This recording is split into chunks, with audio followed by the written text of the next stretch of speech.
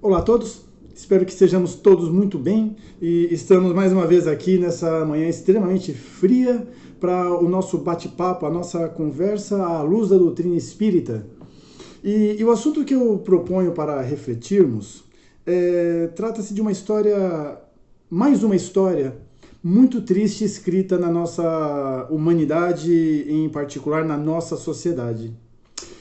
Eu vou partir do fato ocorrido recentemente com essa garotinha, uma criança de 10 anos que foi violentada, foi estuprada pelo seu tio, engravidou e se viu agora tendo que sofrer um aborto para que a gestação fosse interrompida, conforme foi desejo muito provavelmente da sua família, já que ela, com essa idade, imagina uma criança de 10 anos tentando entender toda essa tragédia ocorrendo em sua vida.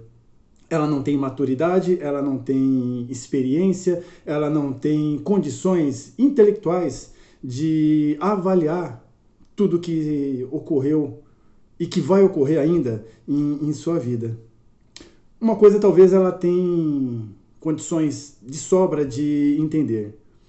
O que lhe aconteceu lhe causou marcas profundas, cicatrizes que demorarão a fechar, feridas abertas que deverão ser cuidadas e que só o tempo é que vai dizer a ela, responder a ela, o como ela vai conseguir superar essa história. Como eu disse, uma história extremamente triste, mostrando como o ser humano ele consegue ir às profundezas da crueldade. Porém, mais cruel do que o ato praticado pelo tio dessa garotinha é a atitude de diversas pessoas da nossa mesma sociedade que se levantaram se achando no direito de opinar, de dizer o que é certo ou errado para que essa menina e a sua família façam. Grupos defendendo, grupos apedrejando. Meu Deus, puxemos o freio de mão do tempo e da história. Paremos tudo e vamos pensar. Essa garotinha, a família dessa garotinha já não está passando por dificuldades e sofrimentos o suficiente?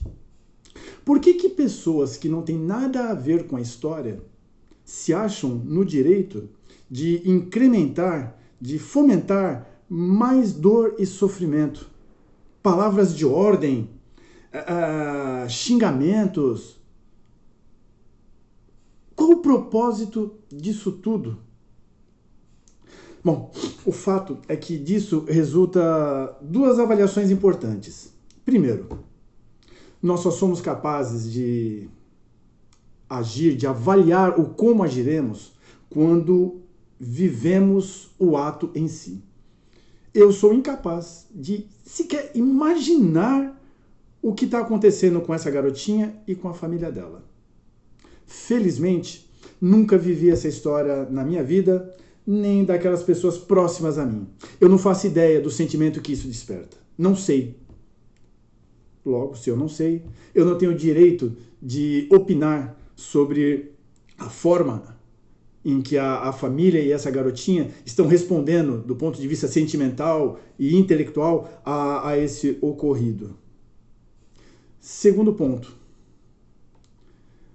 Como nos preocupamos com a vida alheia? Como nos achamos no direito de meter o nosso bedelho, de dizer o que é certo ou errado para o outro? Se a gente parar para pensar, ultimamente, isso tem virado uma rotina que faz parte do nosso dia a dia. A internet, principalmente, as pessoas que vivem a sua vida nas mídias sociais, elas morrem de medo de serem canceladas por falarem algo que o senso comum não concorda, ou por se posicionarem assim ou assado. Há uma exposição da nossa vida E, em contrapartida, há um julgamento que extrapola do direito apenas de termos um conceito formado. Porque, vejam só, é da nossa natureza, da nossa atual natureza, julgar. Aqueles que dizem, eu não julgo, é porque vem na palavra, no verbo julgar, a figura do demônio. Satanizam a palavra julgar, como se isso fosse pecaminoso. Ora, nós julgamos. Nós julgamos porque julgar nada mais é do que formar um conceito, do que emitir um parecer, uma opinião sobre algo ou sobre alguém. Essa ainda é a essência das nossas relações. Nós avaliamos o próximo, nós avaliamos as situações e emitimos pareceres. Até aí, é do jogo da vida, é do nosso momento de aprendizado, é do nosso momento evolutivo. É do nosso momento evolutivo errarmos nos nossos conceitos, errarmos no nosso julgamento. É exatamente por isso que deveríamos ter o máximo de cuidado de não expor o nosso julgamento para o mundo. Eu posso ter no meu íntimo o meu julgamento sobre o que essa família e essa garotinha optaram por fazer. Eu posso julgar se é certo ou se é errado de acordo com as minhas convicções. Eu tenho uma história social, uma história cultural e uma história de vidas pregressas que alimentam a forma como eu avalio as coisas da vida. E como, portanto, eu vou me portar no meu julgamento. Mas isso diz respeito a mim, à minha vida, ao meu pequeno mundo. Eu não tenho direito de pegar o meu julgamento e estampar, obrigando que a sociedade veja e aceite e faça coro comigo. Eu tenho que me resguardar de expor as pessoas ao meu julgamento. E exatamente esse é o ponto, como eu disse a vocês, né? Partindo dessa triste história, dessa tristíssima história dessa garotinha e dessa família, e da forma como nós, enquanto sociedade, nos manifestamos nesse caso, é que eu convido o caro amigo, a cara amiga, a refletirmos sobre o tema nosso cuidado com a vida alheia. É da nossa história também o como cuidamos do próximo. É desse cuidado excessivo ao próximo que nascem as fofocas, as maledicências, o preconceito, a exposição social. Nós temos, ao longo da nossa vida, diversos exemplos aonde flutuamos entre aqueles que observam e comentam a vida alheia e aqueles que são o alvo dessa observação e comentário por parte dos outros. Nós intercalamos. Como diria um certo homem há mais de 2000 anos atrás, quem não tiver pecado que atire a primeira pedra. Aquele que conseguir dizer, eu não falo da vida alheia, que apedreje o próprio celular. É da nossa natureza, não da nossa natureza propriamente dita, é da nossa natureza atual. Como eu disse, nós ainda baseamos as nossas relações nessa forma de olhar para o outro e ver o que a gente concorda e o que a gente não concorda. O que a gente concorda vai ao encontro dos nossos interesses, batemos palma. O que nós não concordamos vai de encontro aos nossos interesses, criticamos.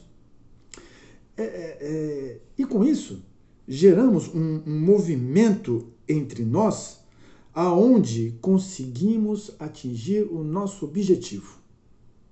E sabe qual é o nosso objetivo quando dedicamos o nosso olhar à vida alheia? É simples.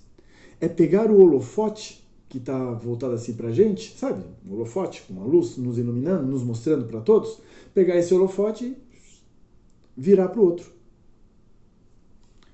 Ao expormos a vida alheia, ao julgarmos a vida alheia para o público, a gente está tirando a atenção do público para nós. Tática de guerra. Eu sei que eu sou uma pessoa cheia de defeitos, de erros, sujeito a essa avaliação rígida do próximo, então o que eu tenho que fazer? Eu tenho que me defender. E para me defender, o que eu tenho que fazer? Eu tenho que colocar alguém na minha frente para ser o meu escudo. E com isso, acabo expondo outras pessoas. Outro motivo também que nos leva a essa prática de olhar para a vida alheia é tranquilizar a nossa própria vida. Eu preciso focar no erro do outro, apontar o equívoco do outro, para que os meus erros e os meus equívocos sejam deixados de lado da minha avaliação. Da mesma forma que, como eu comentei, a gente quer tirar-nos da atenção do público ao falarmos da vida alheia, nós também queremos tirar a nossa atenção de nós mesmos, focando a nossa atenção no outro. Sendo que isso, deveríamos já saber muito bem, é uma fuga que não levará a lugar nenhum. Estamos patinando no mesmo lugar, porque não produz resultados. Muito pelo contrário, nos envolve numa teia de comprometimento muito grande. Aliás, comprometimento, hein? Comprometimento. Esse é um outro ponto importante. Os nossos atos, os nossos pensamentos, os nossos atos, fruto do nosso livre-arbítrio, eles geram consequências. E teremos que nos responsabilizar por essas consequências. Em algum momento, por exemplo, lá para frente, nessa vida mesmo, alguém que lançou ofensas duríssimas a essa menina de 10 anos pode se arrepender, pode reavaliar a sua atitude e enxergar um erro gravíssimo. Isso pode causar muita dor e a necessidade do reparo. A consequência do ato nada mais é do que a nossa própria ação reavaliando ações feitas. É exatamente por isso que a gente tem que, primeiro, ter muita cautela nas nossas escolhas, no que fazemos, e segundo, temos que ter a certeza de que nada passará impune. Tudo será pago, mas não será pago do jeito que nós queremos, porque ainda há em nós essa ânsia do olho por olho, dente por dente. Não, será pago pela reparação via aprendizagem. Eu tenho que aprender com os meus erros. Eu não aprendo tão bem assim olhando para o erro do outro. Eu tenho que aprender olhando para o meu erro. Logo, eu tenho que ter a coragem de deixar o outro com os problemas dele e olhar para mim. Avaliar as minhas atitudes. Entender em que ponto que eu estou da minha vida. O que eu preciso fazer para me melhorar. O que eu preciso remover das minhas ações, dos meus pensamentos. O que eu preciso reciclar. É o que nós espíritas chamamos de reforma íntima. É o que Kardec chamou de transformação moral. Precisamos, portanto, simplesmente cuidar da própria vida. Aliás, frase essa já consagrada no uso popular. Cuida da tua vida. Esquece o outro. Entenda que o outro, ele tem a dinâmica dele. Ele tem o mundo particular dele. Ele responderá pelos atos feitos. Da mesma forma que nós responderemos pelos nossos. Eu não preciso ficar ali atento para divulgar. Aliás, qual seria um outro motivo para divulgar o erro alheio, se não o esconder os meus erros, o fugir dos meus erros? Enfim, nessa nossa vida de olhar para o próximo, nesse momento que estamos olhando e julgando e expondo nosso julgamento para o próximo, transformando esse julgamento em fofoca, em maledicência, em exposição, nós estamos nos transformando naquele momento em exímios educadores, em pais ou mães excelentes, em companheiros e companheiras exemplares, em cidadãos do bem acima de todos os erros. Nós nos colocamos num pedestal e olhamos para baixo aquele infeliz que está errando e que eu vou espizinhar, mostrando para todo mundo como ele erra. Ah, fulano fuma. Ah, fulano bebe. Ah, cicrano fala mal da vida alheia. Sempre esse dedo para lá. E eu? O tempo que eu estou perdendo, gastando, olhando para essas situações, eu estou deixando de investir em mim. Eu estou gastando, queimando meu tempo com inutilidades, fugindo, fugindo e fugindo. Fugindo de mim mesmo.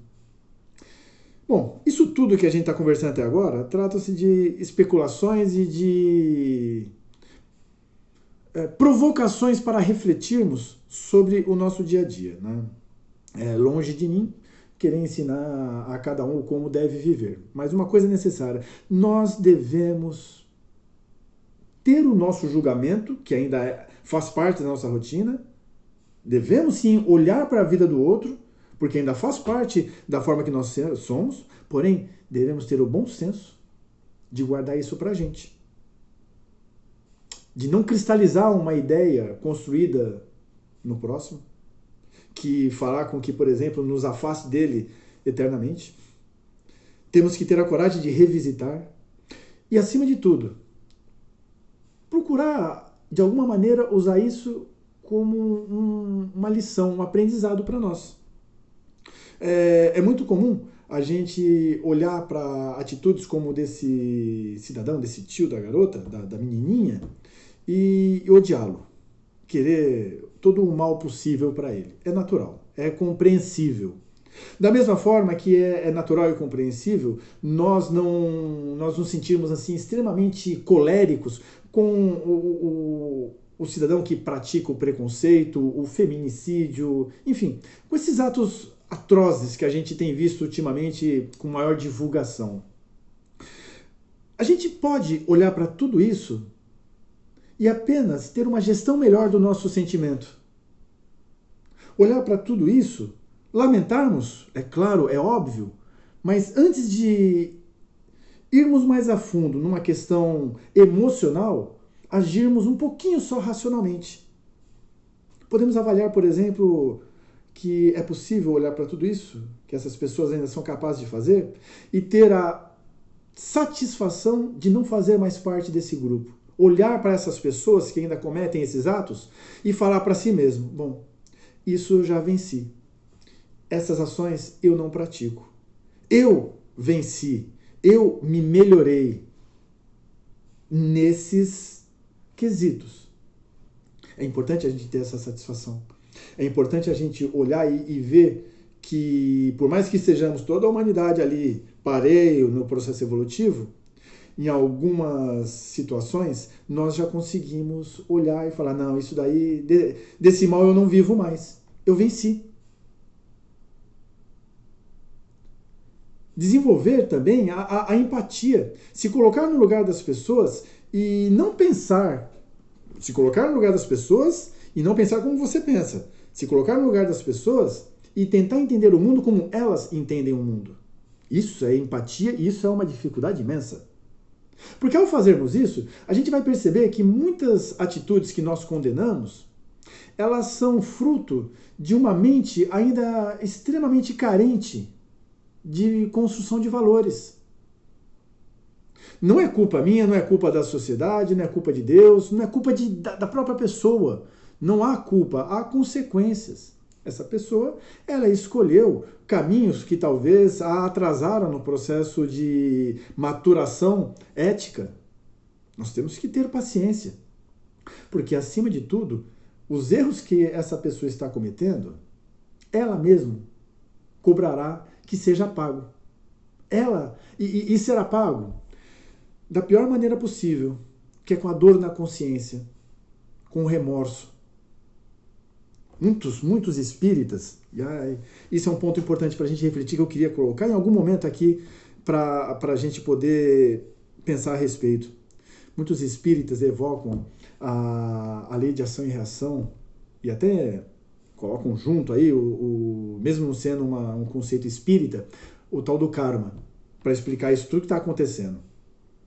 Para explicar, olha, tá vendo? Está acontecendo isso com aquele fulano porque ele fez aquilo em vidas passadas. Ele tá quitando seus débitos.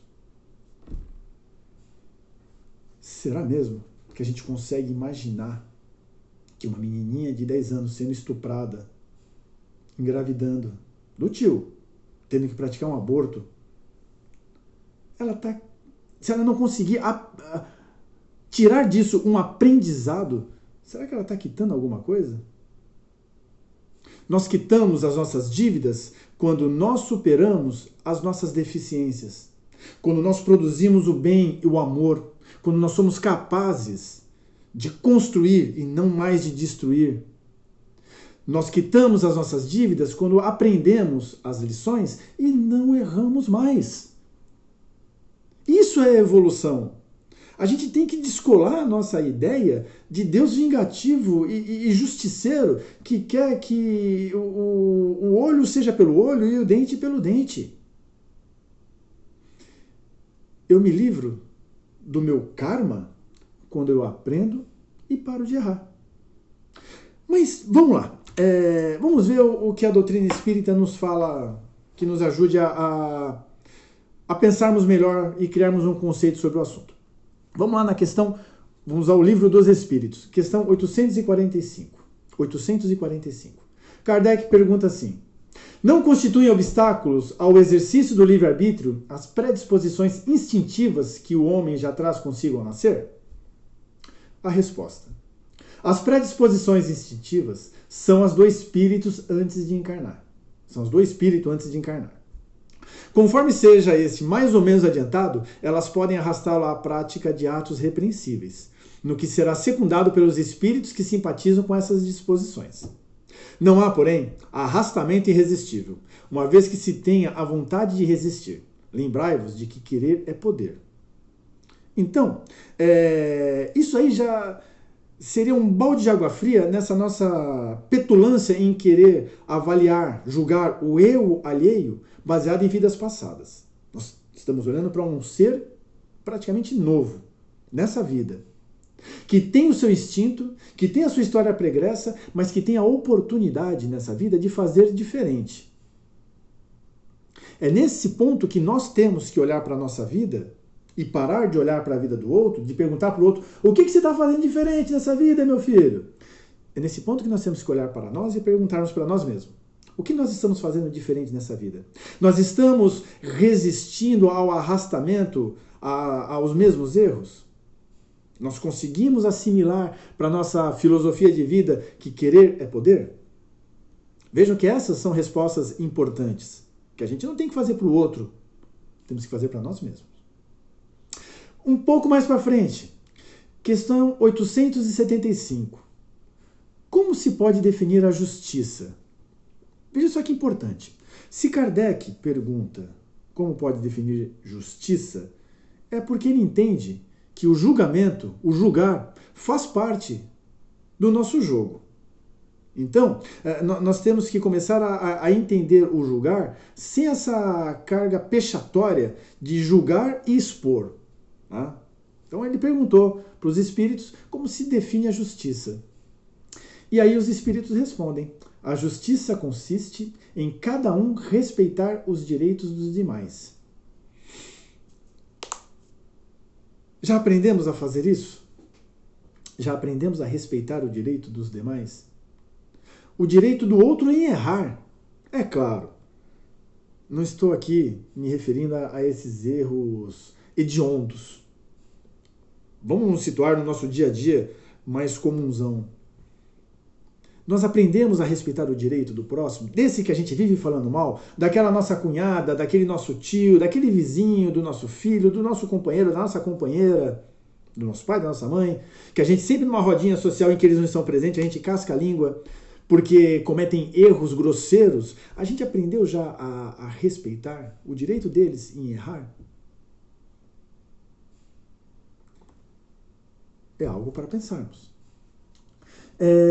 Aí Kardec pergunta a sequência: e o que é que determina esse direito que nós temos? Olha a resposta dos espíritos: duas coisas, a lei humana e a lei natural. Ponto. Novamente, se os espíritos enxergam na lei humana um ponto de justiça, É porque eles entendem a nossa necessidade de julgar segundo as nossas condições. Um julgamento que deve ser referenciado pelo nosso atual estado evolutivo e que, portanto, carece de ser revisitado lá na frente quando estivermos mais adiantados. Mas é sim da nossa natureza julgar. Então, olha só, a lei humana é a lei natural. Tendo os homens formulado leis apropriadas a seus costumes e caracteres, eles estabelecem direitos que podem ter variado com o progresso das luzes. Olha só, o que era legal ontem, hoje já pode não ser mais. Vede se hoje as vossas leis, sem serem perfeitas, consagram os mesmos direitos que as da Idade Média. Entretanto, esses direitos antiquados, que agora se vos afiguram monstruosos, pareciam justos e naturais naquela época. Nem sempre, pois, é acorde com a justiça o direito que os homens estabelecem. Ademais, esse direito regula apenas algumas relações sociais, quando é certo que, na vida particular, há uma imensidade de atos unicamente de alçada do tribunal da consciência. Eu acho que, pelo menos para mim, está muito claro o que os espíritos querem dizer. Que as nossas leis, que regulam a nossa sociedade, variam com o tempo, de acordo com o nosso entendimento. Um exemplo muito claro. O quê? 20 anos, entre 20 e 25 anos atrás, era permitido fumar em todos os lugares. Hoje já não é mais. Há mais de 30 anos atrás, eu podia andar de carro sem o cinto de segurança. Hoje já não é mais. Hoje, homofobia, feminicídio, tudo isso está sendo qualificado como crimes. Antes não era. Percebem que à medida que a humanidade vai evoluindo, as leis também vêm evoluindo. E isso é o reflexo, ou deve refletir também no nosso cotidiano.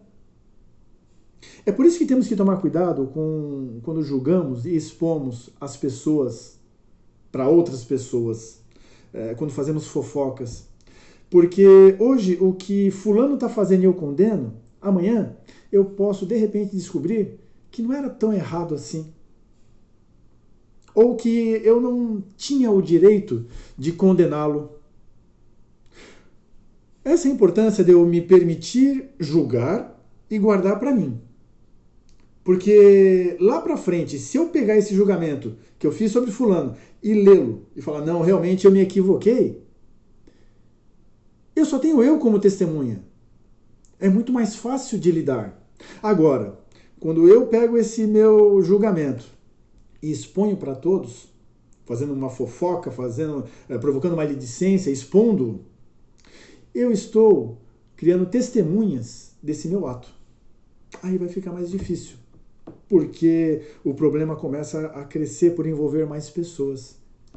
E aí é onde a gente vê a necessidade do silêncio. Silenciar é o primeiro ponto. Eu não consigo, de uma hora para outra, progredir imensamente na minha conduta ética, na minha conduta moral. Então, se eu já conseguir olhar para o próximo, julgar e não concordar com o que ele está fazendo, se eu já conseguir guardar isso para mim, não verbalizar, isso já deve ser comemorado. Porque é difícil fazer isso. Nós sabemos como é difícil fazer isso. Né? Então, dessa forma, eu passo a olhar para o outro com caridade. Caridade não significa passar a mão na cabeça e dizer, tá bom, meu filho, você está livre para continuar aí a sua vida. Não. É óbvio que as ações dos outros provocam em mim sentimentos. Sentimentos válidos e respeitáveis. Que caberá ao tempo e à história em comum dar conta de modificar esse sentimento. Então, eu tenho que lidar com o próximo como um irmão, como alguém que está na mesma labuta que eu, procurando se melhorar, procurando errar menos, com mais ou menos empenho, indo melhor ali ou aqui. E dessa forma, quando eu olho para o outro como um companheiro de jornada, ao entendê-lo como um ser que deve cuidar de si, sobra todo o tempo do mundo para eu cuidar de mim. E assim, eu não sofro. Vamos voltar para o Livro dos Espíritos. Eu queria ler aqui a questão 754 do Livro dos Espíritos. A crueldade não deriva da carência do senso moral? A gente pode achar que as pessoas, como esse tio dessa menininha, seja uma pessoa extremamente desprovida, carente de senso moral. Olha o que os Espíritos falam. Dize da falta do desenvolvimento do senso moral. Aliás, dize da falta de desenvolvimento do senso moral. Não digas da carência, porquanto o senso moral existe, como princípio em todos os seres humanos. É esse senso moral que nos seres cruéis fará mais tarde seres bons e humanos. Não sei se para nós, com esse quilate evolutivo que nós temos, nós conseguimos hoje olhar para pessoas como esse rapaz de pouco mais de 30 anos que cometeu essa atrocidade, olhar para ele e não desenvolver um sentimento de nojo, de ódio, de asco. Eu não sei se hoje nós conseguimos sinceramente olhar para uma pessoa com essa conduta e acreditarmos que lá dentro há germes ainda a serem desenvolvidos que transformarão essa pessoa numa pessoa boa, numa pessoa com uma conduta ética e moral. Não sei se a gente consegue. Falando por mim, eu sei que eu não consigo. Mas isso não me dá o direito de impor a ele o meu dedo em ríspide e espizinhá-lo. Eu não preciso concordar, eu não preciso mentir os meus sentimentos, eu posso e devo ser honesto em relação ao sentimento que eu nutro por indivíduos como esses, porém, acabou. É virar a página. Eu não posso somatizar esse sentimento, fazer com que a história dele faça parte da minha história e eu me ache responsável por consertá-lo, por apontar a ele o erro. Eu não preciso fazer isso, eu não preciso dizer a ele que ele errou. Ele vai descobrir sozinho. E quando descobrir sozinho, aí sim, ele vai buscar a redenção. Porque lá atrás, na questão 114, Kardec diz assim: os espíritos são bons ou maus por natureza, ou são eles mesmos que se melhoram? Os espíritos respondem: são os próprios espíritos que se melhoram, e, melhorando-se, passam de uma ordem inferior para outra superior. Ou seja, essas pessoas que nós criticamos, que apontamos erros, que expomos nas mídias, que fazem parte da nossa conversa, dos nossos círculos de amizade, onde tripudiamos, detalhando todas as suas atitudes erradas, essas pessoas vão um dia enxergar os seus erros e se melhorarem. De repente, essas pessoas que nós criticamos tanto, que a gente dedica tanto tempo da nossa vida apontando os erros, de repente, elas têm esse estralo dentro de si, se iluminam, num dizer budista, e enxergam as suas ações e entendem a necessidade da mudança de comportamento e acabam progredindo. Enquanto nós, parado no tempo, ainda olhando, procurando aonde apontar erros, começamos a nos distanciar daquela que um dia expomos, mostrando o como é errado. Percebem, meus caros e minhas caras, como a doutrina espírita, ela não é uma obra para ser contemplada, ela é uma obra para ser estudada. O fruto desse estudo deve refletir diretamente na forma como entendemos, lemos e agimos no mundo. É necessário a gente iniciar essa transformação moral, é necessário a gente aplicar no nosso dia a dia isso que aprendemos. É necessário buscarmos na doutrina espírita, já que nos auto-intitulamos espíritas, elementos que nos ajudem a compreender melhor a vida. E, acima de tudo, entender que precisamos compreender e entender melhor a nossa vida, não a do outro. Quando o outro vir até nós pedindo a nossa ajuda, pedindo o nosso auxílio, pedindo o nosso julgamento, pedindo a nossa avaliação, aí é o momento em que ele nos dá o direito de falarmos o que a gente pensa. Para ele, sempre num sentido produtivo, tentando a tal da crítica construtiva. Nunca expor para os outros, nunca colocar no outdoor os erros que a gente percebe em fulano e cicrano, nunca dedicando o nosso dia a odiar os criminosos, essas pessoas que cometem atos inumanos. Essas pessoas, essas situações, elas devem ter a importância reduzida naquilo que é de fato importante para nós. Nós devemos olhar, nós devemos saber que isso existe, nós devemos lutar para que isso desapareça do planeta, porém de uma maneira produtiva.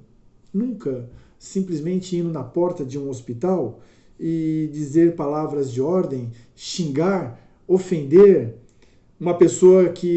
pessoas que estão vivendo um drama imensurável e intraduzível, só porque tomaram uma atitude que vai contra os meus princípios. Isso daí não é ser espírita, não é ser cristão, não é ser muçulmano, não é ser budista, não é ser humano.